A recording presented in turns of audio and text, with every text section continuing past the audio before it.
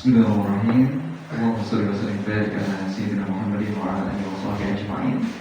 Bapak Ibu jemaah Masjid Al-Huda yang saya hormati, mohon izin menyampaikan salam taklim, salam hormat. Assalamualaikum warahmatullahi wabarakatuh. Waalaikumsalam.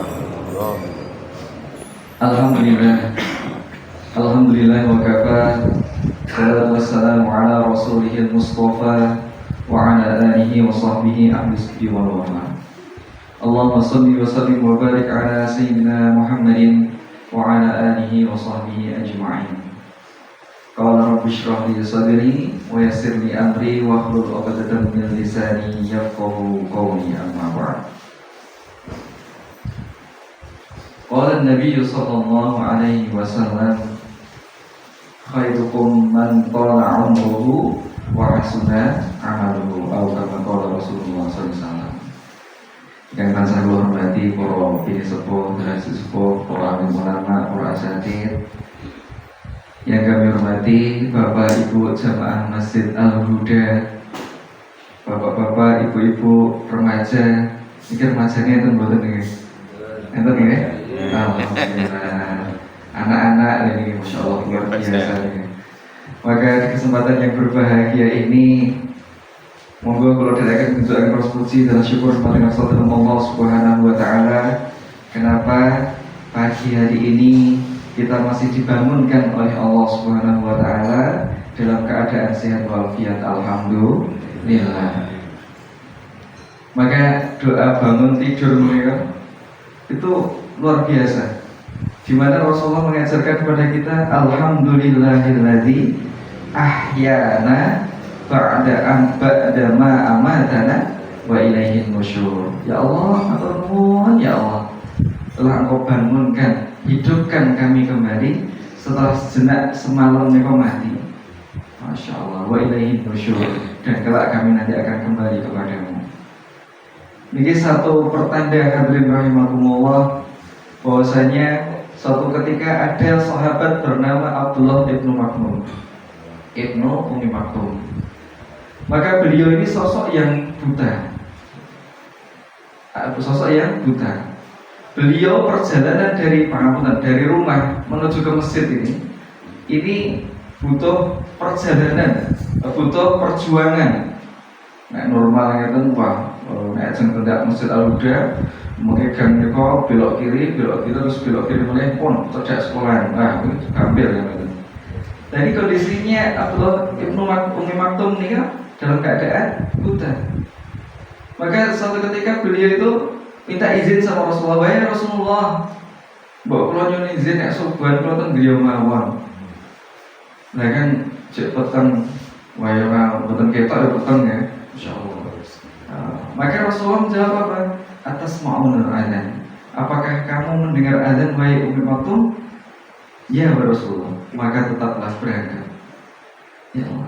Maka hadirin rahimakumullah, inilah menjadi satu kewajiban kita. Nek pun diparingi sehat, paringi normal, alasan apalagi yang bisa kita berikan kepada Allah kalau tidak bisa sholat subuh? Masya Allah. Maka saya doakan, kami minta kepada Allah Subhanahu wa Ta'ala, semoga yang hadir ini Allah muliakan hidupnya dunia dan akhirat.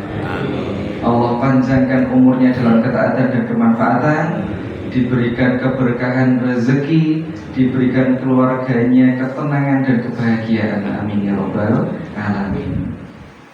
Pangapunten Bapak Ibu yang dirahmati Allah Subhanahu wa Ta'ala. Saestu ini pada kita tidur ini rasanya itu kayak bangun dari kematian. Pangapunten. Walaupun hari ini kita bisa hadir di tempat yang mulia ini, nek misale pangapunten. Nek misale kundur saking pengajian ini sampai di rumah, qadarullah gitu. Misale ngeten didatangi sama malaikat. Malaikat. Niki hal yang kita guyon tapi maksud gitu. Coba sih, kalau tak dari nanti. Kalau kita sampai di rumah, balik dari masjid, wah, Masya Allah. Niki delala enten malaikat sing didhawuhi kali Gusti Allah menyapa kita. Pak, Bu, saya diperintahkan oleh Allah Subhanahu wa taala untuk menjemput panjenengan. Misal kinten kira-kira ini jawab panjenengan berapa? Siap, mulai kantor. Wah, ini luar biasa nih. Siap, jemput.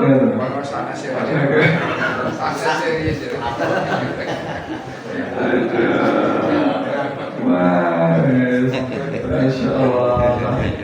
Nah, ditawani kira-kira budal saat ini apa bensin? Saat ini siap. Alhamdulillah, Masya Allah luar biasa. Sangat kita pun kata ini. Alhamdulillah. Tapi rata-rata orang ketika ditawari seperti itu, sesok mawon malaikat kan gitu. Ditaklati, sesok napa tahun ngajeng? Nah, ya ibu-ibu toh. Tahun ngajeng jaluke, Pak. Tahun ngarep sik ngoten lho. Sik itu sing nyang sanes riyen ngoten. Masya Allah, gitu ya. Maka ini hadirin rahimakumullah, rata-rata di antara kita kan ada satu penyakit yang namanya takut mati kan. Dan rata-rata ketika kita takut mati, itu ada satu kondisi, ada dua hal mereka alasannya pun. Survei membuktikan. Yang pertama, karena belum siap berpisah dengan orang-orang yang dicintai. Gini ngomong. Wah, puniki anak kula jek cilik, ampun riyen mbok niku sing sepuh-sepuh sik. Lah kan repot apa. Malah ngersake tiyang sanese ya Allah gitu ya. Terus ya to niku bojo kula niku jek ayu nek kula tinggal nggih dilirik wong. Ya Allah, ini Masya Allah. Luar biasa.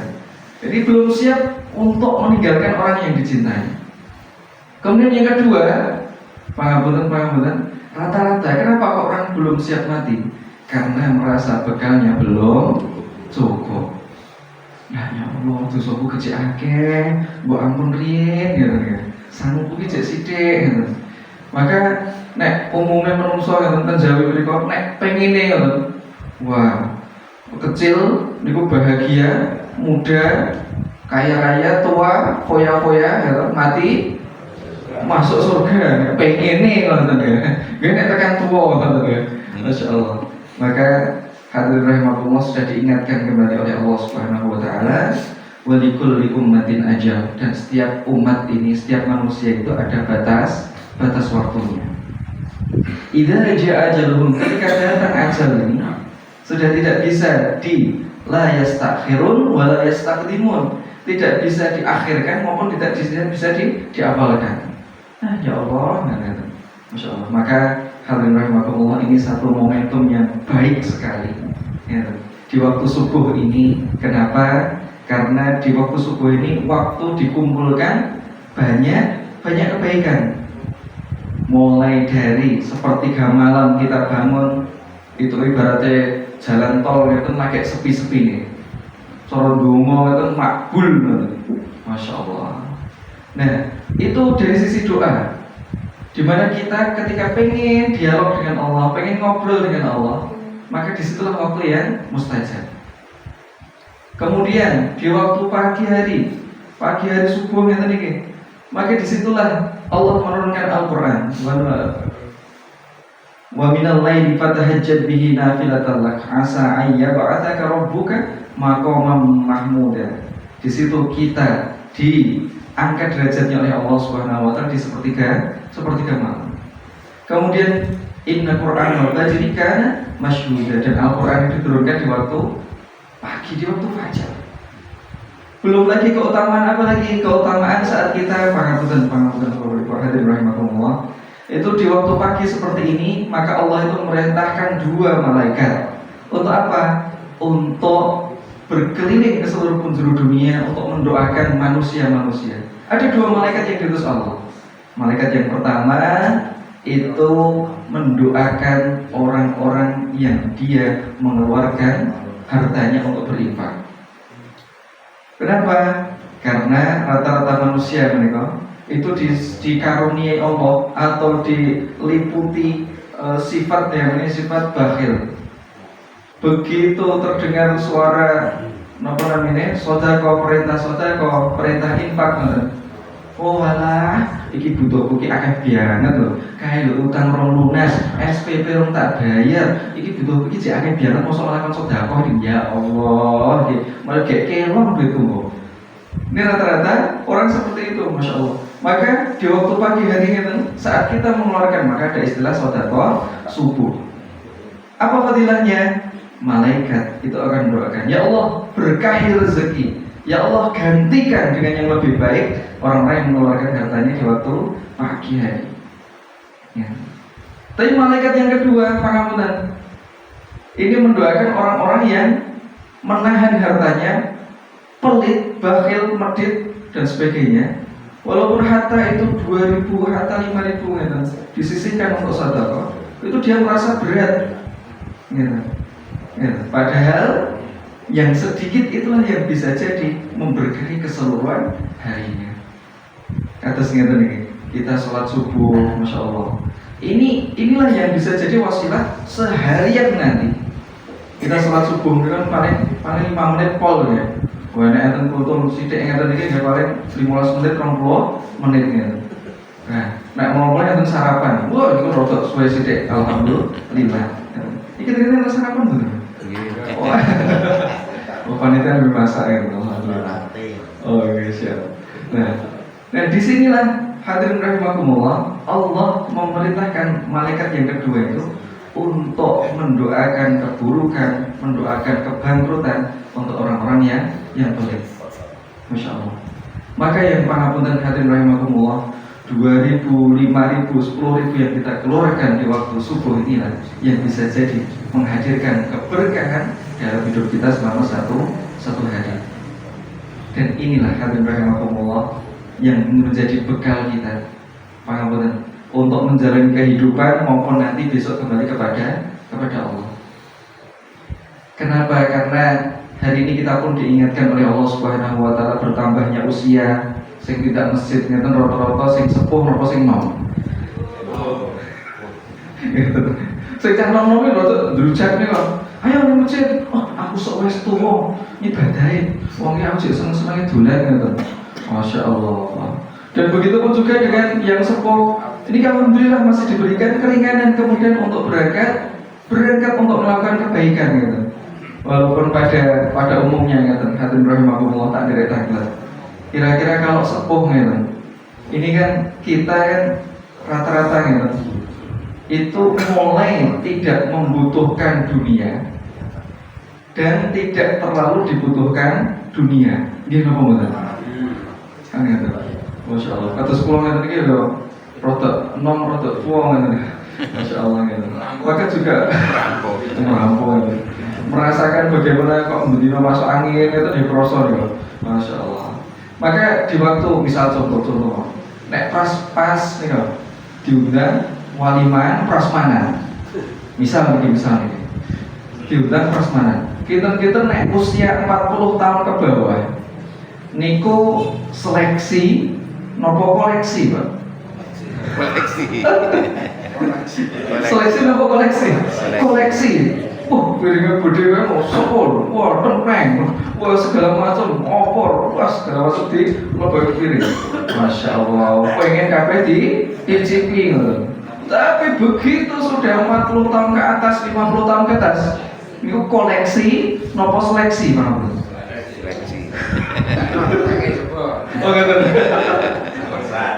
Aduh, Masya Allah. Pak, monggo didahar. Niki tengklengi sidik wae, Masya Allah. Disuguhi. Niki, Masya Allah. Jeroan ngoten. Oh, sing liyane wae, Masya Allah. Niki soto, Mbak. Dudu wae. Ini diingatkan lagi gitu. Subhanallah, mencari bekal inilah hadirin rahimakumullah. Ini harus kita perjuangkan betul-betul. Ya. Kalau dikatakan bahwasanya hidup nek wis mati wis rampung itu bukan orang Islam. Kenapa? Karena kehidupan yang sebenarnya nanti setelah kematian kita nanti. Itulah yang kita nanti waktu akan memanen bekal. Sopo nandur bakale ngunduh kan. Maka di situ hadirin rahimakumullah, spesial umatnya Nabi Muhammad SAW itu ada dua kondisi. Saking sayangnya Allah kepada kita menikah, satu namanya amal soleh, satu namanya amal jariah. Nah ini penting nih. Amal soleh itu amal yang ketika kita kerjakan, amal yang kita lakukan kata ini. Masya Allah pun rawuh tidak masjid, begitu kita sholat, zikir dan sebagainya, maka kita akan dapat kebaikan kita. Allah catat malaikat malaikat rokib, malaikat atid itu mulai repot, mulai sibuk mencatat kebaikan kita. Ngaji, Bismillahirrahmanirrahim. Inna anzalnahu fi lailatul qadr. Mulai malaikat rokib atid itu mulai nyak. Wah, ini Masya Allah ganjaran ini saat belum ini 10 ganjaran. Wah berarti proses pengen 70 pengen 10 itu ngakus ganjaran. Masya Allah. Begitu sadaqallahul azim. Malaikat nganggur. Malaikat nganggur tapi pun mau rampung ya. Maka Rasulullah SAW memberikan gambaran ada satu pahala yang bisa kita raih, yang bisa kita lakukan. Pahala terus mengalir meski usia kita sudah berakhir. Apa itu? Yaitu amal jariah. Amal jariah.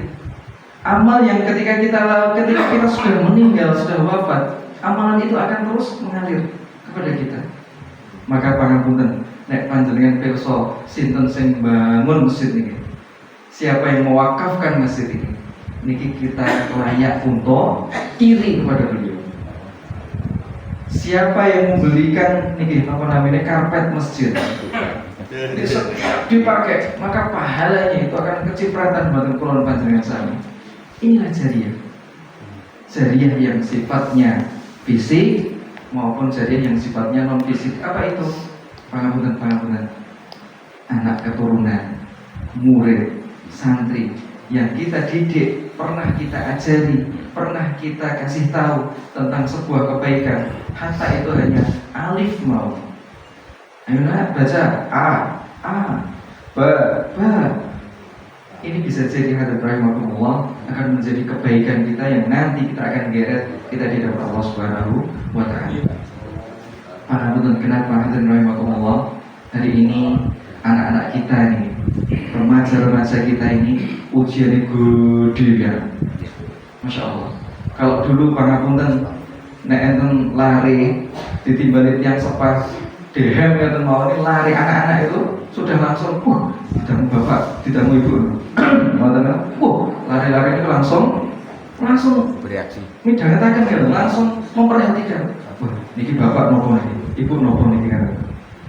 Nek lari saat ini ditimbali, ya Masya Allah.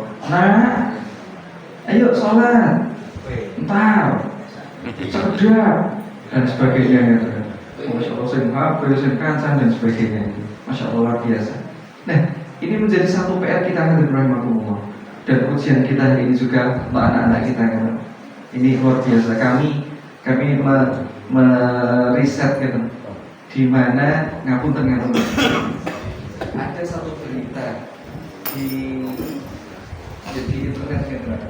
Anak-anak usia 10 tahun, anak-anak usia 12 tahun, mereka sudah biasa melihat pornografi di HP mereka. Bahkan naudzubillah ada satu artikel detik.com itu menceritakan ada satu anak di daerah Jawa Barat itu usia SD, dia merasa nyaman, naudzubillah, semoga tidak di anak kita, merasa nyaman tidur bareng dengan teman lawan jenisnya satu sekolah. Ya Allah, ini kemaksiatan ini tidak hanya kalau membayangkan SMA, SMP nggak teman, ambil di luar nikah dan naudzubillah ini ke SD.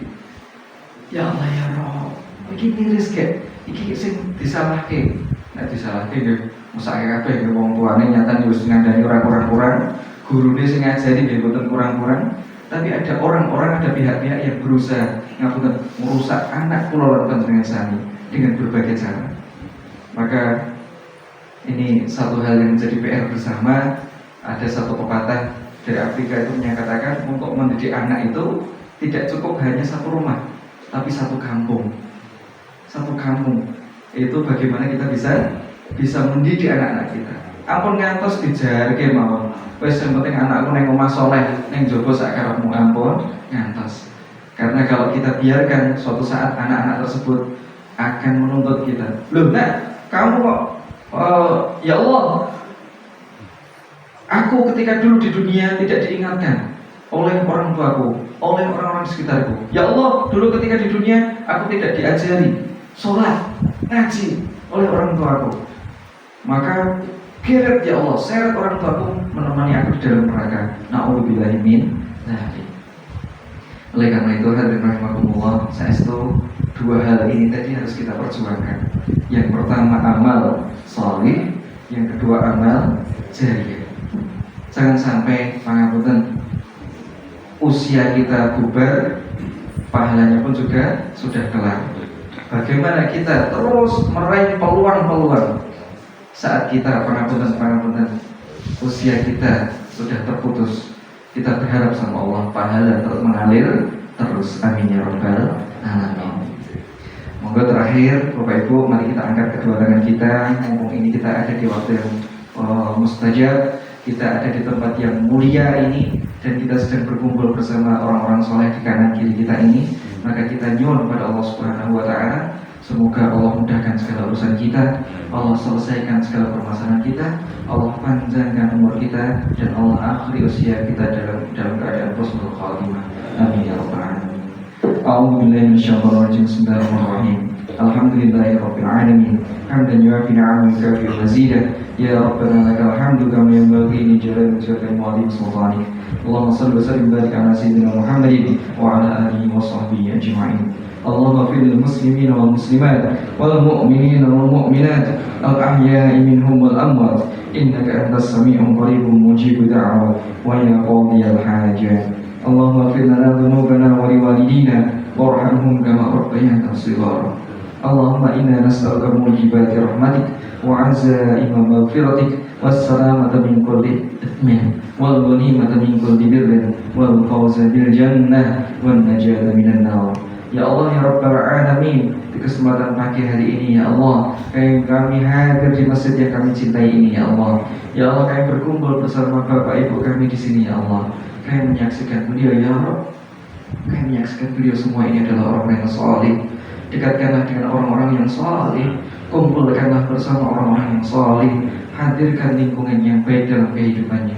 Ya Allah ya Rabbal Alamin, kami berterima kasih ya Allah, saat kami masih sering bermaksiat, saat kami masih bergelimang dengan dosa, Kau masih izinkan kami berbuat baik, Kau masih izinkan kami bertemu dengan kawan-kawan yang baik. Ya Allah ya Rabbal Alamin, mohon Kau ampuni dosa-dosa kami ya Allah, yang sengaja maupun yang tidak sengaja, yang kami sadari maupun yang tidak kami sadari, yang kami lakukan terang-terangan maupun sembunyi-sembunyi. Ya Allah ya Rabbal Alamin, kami mohon ya Allah, izinkan kami ya Allah panjang umur dalam ketaatan dan kemanfaatan, karuniakan kesehatan lahir dan batin, dan akhir usia kami dengan husnul khatimah, dengan jariah yang melimpah. Ya Allah ya Rabbal Alamin, jadikanlah keluarga kami ya Allah keluarga yang sakinah mawaddah warahmah, anak keturunan yang saleh salihah. Karuniakan kepada kami rezeki yang halal barokah melimpah, turah-turah bisa ziarah Makkah Madinah, bisa bermanfaat untuk umat.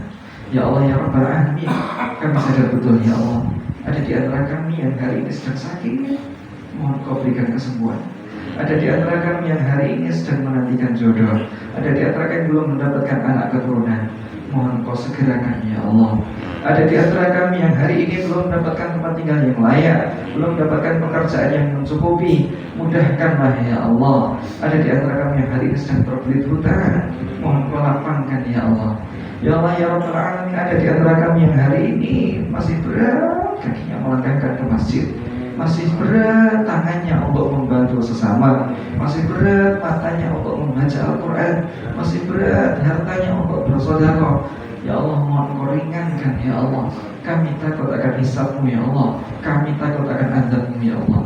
Ya Allah ya Rabbal Alamin, wabil khusus ya Allah, anak keturunan kami sadar betul ya Allah, tidak bisa mendampingi mereka 24 jam, tidak bisa mendampingi mereka seterusnya ya Allah.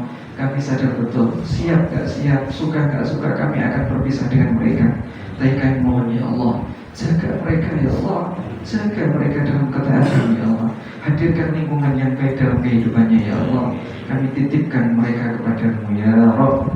Ya Allah ya Rabbal Alamin, wabil khusus masjid yang kami cintai ini ya Allah, jadikanlah masjid yang penuh dengan kemanfaatan, menjadi masjid yang membahagiakan, menjadi masjid yang makmur dan memakmurkan. Ya Allah ya Rabbal Alamin, disinilah kami sholat dan kelak kami disolatkan ya Allah. Ya Allah ya Rabbal Alamin, wabil khusus orang-orang yang telah mewakafkan masjid ini, orang-orang yang telah mengurusi masjid ini, orang-orang yang telah memakmurkan masjid ini ya Rabb, tolong Engkau muliakan hidupnya dunia dan akhirat. Selesaikan segala permasalahannya ya Allah. Ya Allah, jadikanlah ini menjadi catatan terbaik, menjadi jariah terbaik sewaktu-waktu kami kembali kepadamu ya Allah. Ya Allah ya Rabbal Alamin, wabil khusus negeri yang kami cintai ini ya Allah, jadikanlah negeri yang baldatun thayyibatun wa rabbun ghafur.